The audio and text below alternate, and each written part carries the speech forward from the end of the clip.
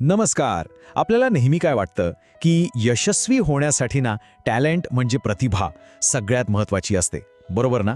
पण आज आपण एका अशा जबरदस्त शक्तीबद्दल बोलणार आहोत जी या प्रतिभेला सुद्धा मागे टाकते, आणि ती शक्ती म्हणजे ग्रेट.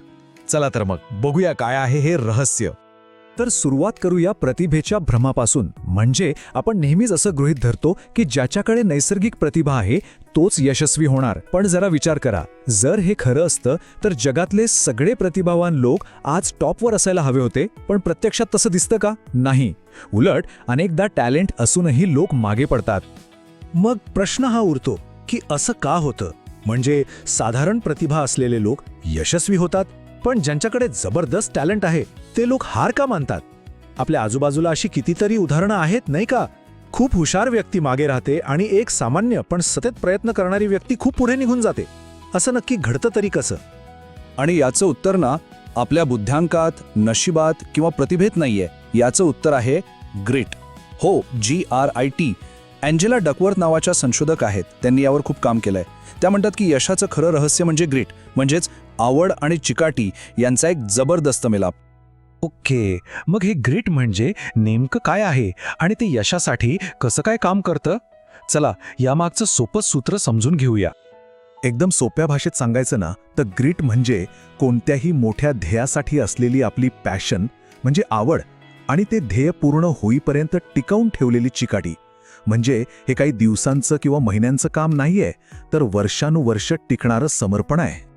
अँजेला डकवर्थ यांनी ना एक खूपच भारी सूत्र दिलंय. ते म्हणतात की प्रयत्नांना दुप्पट महत्त्व आहे. बघा, प्रतिभा आणि प्रयत्न एकत्र आले की कौशल्य तयार होतं, स्किल डेव्हलप होतं. पण खरी गंमत तर पुढे आहे. तेच कौशल्य आणि पुन्हा केलेले प्रयत्न यातून मिळतं यश. म्हणजे बघा, प्रयत्न दोनदा कामी येतात, म्हणून ते दुप्पट महत्त्वाचे आहेत. हेच ते त्यांचं प्रसिद्ध वाक्य, प्रयत्नांना दुप्पट महत्त्व आहे. म्हणजे टॅलेंट फक्त एक सुरुवात असू शकते, पण प्रयत्नच आपल्याला यशाच्या दारापर्यंत घेऊन जातात. खरं तर दार उघडून आतही नेतात. बरं, ग्रेट म्हणजे काय हे तर कळालं, पण ज्यांच्याकडे ग्रेट असतं त्यांची मानसिकता कशी असते? म्हणजे ते इतरांपेक्षा असा काय वेगळा विचार करतात? चला जरा आत डोकावून पाहूया. पहिली गोष्ट, ग्रिट असलेले लोक आयुष्याकडे एका मॅरेथॉनसारखं बघतात, 100 मीटरच्या शर्यतीसारखं नाही. म्हणजे काय, तर यात काही दिवसांचा किंवा आठवड्यांचा जोश महत्त्वाचा नाही, तर दीर्घकाळ टिकून राहणं महत्त्वाचं आहे. दुसरी महत्त्वाची गोष्ट म्हणजे तीव्रतेपेक्षा सातत्य. म्हणजे ग्रिट असलेले लोक ना सतत आपली ध्येय बदलत बसत नाहीत. ते एकाच मोठ्या ध्येयाला धरून ठेवतात आणि त्यासाठी सातत्याने काम करतात. हो, कदाचित वाटेत छोटे मोठे बदल करतील, पण त्यांची मुख्य दिशा कधीच बदलत नाही. आणि हेच सातत्य त्यांना इतरांपेक्षा खूप पुढे घेऊन जातं. आणि तिसरी गोष्ट, अपयश. आपल्यापैकी बहुतेकांसाठी अपयश म्हणजे शेवट असतो, पण ग्रिट असलेल्या लोकांसाठी तो शेवट नसतो. ते अपयशाकडे एक फीडबॅक म्हणून बघतात, एक शिकण्याची संधी.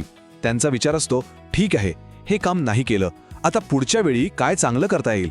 हा दृष्टिकोनच सगळा खेळ बदलतो. आणि इथूनच आपण येतो ग्रोथ माइंडसेटवर. बघा, 2 प्रकारच्या मानसिकता असतात. एक म्हणजे फिक्स्ड माइंडसेट, म्हणजे स्थिर मानसिकता. असे लोक म्हणतात, मी यात चांगला नाही, संपला विषय. पण दुसरीकडे ग्रोथ माइंडसेट असलेले लोक काय म्हणतात? ते म्हणतात, मी यात अजून चांगला नाही. हा जो छोटासा अजून शब्द आहे ना, तोच सगळा फरक घडवतो, तोच चिकाटीला प्रेरणा देतो. आता सगळ्यात चांगली बातमी, ग्रेट ही काही जन्मतः मिळणारी गोष्ट नाहीये. म्हणजे ती आपल्यापैकी कोणालाही तयार करता येते, विकसित करता येते. मग प्रश्न येतो, हे करायचं कसं? चला तेच पाहूया. ग्रेट वाढवण्यासाठी ना 4 महत्त्वाचे टप्पे आहेत. नंबर 1, आवड विकसित करा. म्हणजे ज्या गोष्टींबद्दल कुतूहल वाटतं त्या शोधा. आवड तिथूनच सुरू होते. नंबर 2, जाणीवपूर्वक सराव करा. म्हणजे काय, तर ज्या गोष्टी सोप्या आहेत त्या करण्याऐवजी ज्या कठीण आहेत त्यावर जास्त लक्ष द्या. नंबर 3, उद्देश शोधा. आपलं काम फक्त स्वतःपुरतं नाही, तर कोणत्या तरी मोठ्या ध्येयाशी जोडलेलं आहे हे स्वतःला सांगा. आणि चौथा आणि सगळ्यात महत्त्वाचा टप्पा, आशा टिकवून ठेवा. किती वेळा अपयश आलं तरी आपण सुधारणा करू शकतो, हा विश्वास कधीही सोडू नका. एक गोष्ट लक्षात ठेवली पाहिजे, ग्रिट हा काही आपल्या व्यक्तिमत्वाचा भाग नाहीये, तर ती एक सवय आहे. हो, एक हॅबिट. आणि सवयी कशा लागतात? रोज छोटे छोटे निर्णय घेऊन. आणि सगळ्यात महत्त्वाचं, जेव्हा प्रेरणा नसते, मूड नसतो, तेव्हाही कामाला लागून ही सवय तयार होते. आणि हो, आपलं वातावरण म्हणजे आपल्या आजूबाजूचे लोक हे सुद्धा खूप महत्त्वाचे आहेत. जेव्हा आपण शिस्तबद्ध आणि सकारात्मक विचार करणाऱ्या लोकांमध्ये असतो तेव्हा नकळतपणे आपल्यालाही प्रेरणा मिळते. अशा वातावरणात राहा जिथे उच्च दर्जाला महत्त्व दिलं जातं आणि एकमेकांना पाठिंबा दिला जातो, जिथे आरामापेक्षा प्रयत्नांना प्रोत्साहन मिळतं. चला तर मग आता येऊया अंतिम निष्कर्षाकडे. या सगळ्या चर्चेतून आपल्यासाठी सगळ्यात महत्त्वाचं काय आहे? काय घेऊन जायचंय? तुम्हाला आश्चर्य वाटेल, पण अनेक अभ्यासांमधून एक गोष्ट सिद्ध झाली आहे. शिक्षण असो, लष्करी प्रशिक्षण असो किंवा अगदी व्यवसाय असो, या सगळ्या क्षेत्रांमध्ये कोण यशस्वी होईल याचा अंदाज लावण्यासाठी बुद्ध्यांकापेक्षा म्हणजे IQ पेक्षा ग्रिट हा खूप जास्त प्रभावी घटक आहे. विचार करा. एक खूप छान वाक्य आहे, उत्साह सामान्य आहे, सहनशीलता दुर्मिळ आहे. किती खरं आहे हे, नाही का? कोणत्याही गोष्टीची सुरुवात करण्याचा उत्साह तर अनेकांमध्ये असतो, पण ती गोष्ट शेवटपर्यंत नेणारी जी सहनशीलता लागते ती मात्र खूप कमी लोकांमध्ये दिसते. आणि खरं तर हाच आजच्या आपल्या विश्लेषणाचा सगळ्यात मोठा निष्कर्ष आहे. नेहमी लक्षात ठेवा, प्रतिभा कदाचित आपल्यासाठी यशाचं दार उघडू शकेल, पण त्या दाराच्या आत टिकून राहायला आणि पुढे जायला फक्त आणि फक्त ग्रिटच मदत करते. तर जाता जाता एक प्रश्न स्वतःला नक्की विचारा. आपल्या आयुष्यात असं कोणतं मोठं ध्येय आहे ज्यासाठी आपली आवड आणि चिकाटीपणाला लावणं योग्य ठरेल? या एका विचारासोबत आज इथेच थांबूया.